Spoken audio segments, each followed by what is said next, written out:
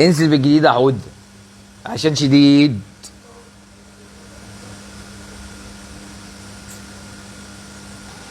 معانا النهارده مطعم حورينا في شارع حسن رضوان قدام مستشفى الدلتا. هناكل النهارده بس السلة جديده، هناكل ايه ب 100 جنيه ماشي. معانا وجبه سنجل. الوجبه ديت بيجي معاها 2 كفته، 2 كفته لحمه، واحد كفته فراخ، و2 شيش، ويجي معاها 3 انواع الصوصات دي: سلطه الطحينه، بعد كده توميه، بعد كده صوص الطماطم اللي انا بحبه ده ماشي. معانا هنا بقى الوجبه الثانيه، وجبه اسمها ايه، وجبه ايه يا لنسيه، وصايه خلف الكواليس اهم حاجه. واحد كفته، واحد فراخ، واحد بقى شيش، وقطعه فراخ، صدر فراخ.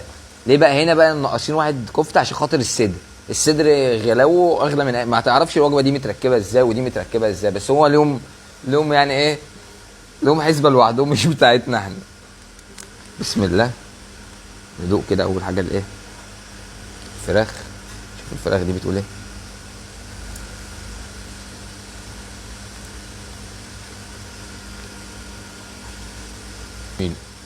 واحلى حاجه بقى، بص انا ما بحبش ده غير هنا، معرفش حد بيحب الموضوع ده بس هنا بيبقى جامد قوي، بيبقى جامد. ده كان بالنسبه الكفته بتاعت الفراخ. شويه رز برضو.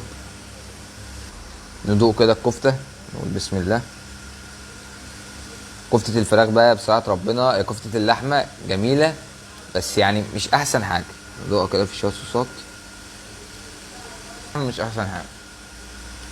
ندوق الشيش بقى ونقول بسم الله. الشيش بقى هنا التتبيله بتاعته جميله جدا، وبصراحه ربنا اكتر حاجه عجبتني هي والكفته بتاعت الفراخ من الاخر يعني، كتتبيله وتسويه.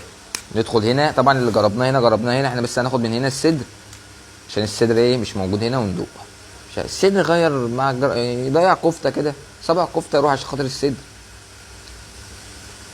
والصدر هنا برضو التتبيله بتاعته جميله وطري بصراحه ربنا، مش ناشف. ندوق كده مع شويه سلطه الطحينه، وبصراحه ربنا الصدر عجبني قوي، التتبيله بتاعته ممتازه وطري كده.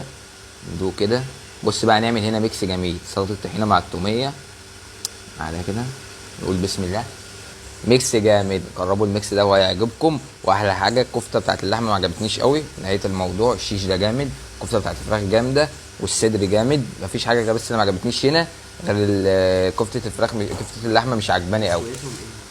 لا هو مش تسويه، اللحمه ذات نفسها النسب بتاعت اللحمه والدهون والحاجات دي مش، اللحمه مش باينه فيها، مغطين عليها شويه تمام. انما والصوصات جميله، مع سلطه الطحينه ما جاتش معايا خالص للاسف.